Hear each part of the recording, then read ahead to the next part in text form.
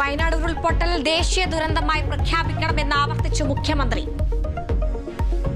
വയനാട് ദുരന്തം ദേശീയ ദുരന്തമായും അതിതീവ്ര ദുരന്തമായും പ്രഖ്യാപിക്കണമെന്ന് കേന്ദ്രത്തോട് സംസ്ഥാനം ആവശ്യപ്പെട്ടു. പ്രധാനമന്ത്രിയുടെ സന്ദർശനത്തിൽ അനുകൂല തീരുമാനമുണ്ടാകുമെന്ന പ്രതീക്ഷ. വയനാടിന് സമഗ്ര പുനരധിവാസ പാക്കേജ് ആവശ്യമെന്നും മുഖ്യമന്ത്രി. വയനാട്ടിലെ ദുരന്ത ഭൂമിയിൽ നിന്ന് സൈന്യം മടങ്ങി. ദൌത്യ ചുമതല സൈന്യം സംസ്ഥാന സർക്കാരിന് കൈമാറി. വയനാട്ടിൽ നാളെ ജനകീയ തെരച്ചിലെന്ന മുഖ്യമന്ത്രി. ഉരുൾപൊട്ടൽ ദുരന്തത്തിൽ സ്വമേധയാ കേസെടുത്ത് ഹൈക്കോടതി.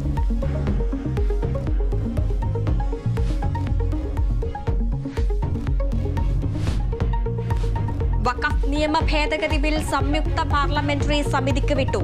നടപടി സൂക്ഷ്മ പരിശോധന വേണമെന്ന പ്രതിപക്ഷത്തിന്റെ ആവശ്യം പരിഗണിച്ച് ബിൽ ഭരണഘടനയ്ക്ക് മേലുള്ള ആക്രമണമെന്ന് കോൺഗ്രസ്. ക്ഷേത്ര ഭരണ സമിതിയിൽ മുസ്ലിങ്ങളുണ്ടോ എന്ന KC വേണുഗോപാൽ. ബിൽ പാവപ്പെട്ട മുസ്ലിങ്ങൾക്ക് സംരക്ഷണം ഒരുക്കുമെന്ന് കിരൺ റിജിജു.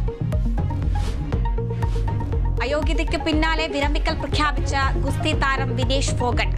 ഗുസ്തിയോടെ വേദനയോടെ വിട പറയുന്നുവെന്ന പ്രതികരണം. ഗുസ്തി ജയിച്ചു, താൻ തോറ്റുവെന്ന് കുറിപ്പ്. വിഷയത്തിൽ രാജ്യസഭയിൽ പ്രതിപക്ഷ പ്രതിഷേധം.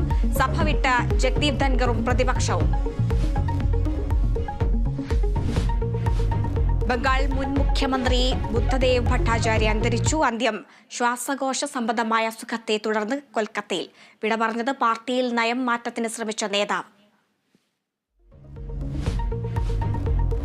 ഒളിമ്പിക്സിൽ ഇന്ത്യക്ക് ഇന്ന് സ്വർണ്ണ പ്രതീക്ഷ. ജാവലിൻ ത്രോയിൽ നീരജ് ചോപ്ര ഇന്നിറങ്ങും. ഗുസ്തിയിൽ മെഡൽ പ്രതീക്ഷയുമായി അമൽ സെഗ്രാവത്ത് സെമിയിൽ.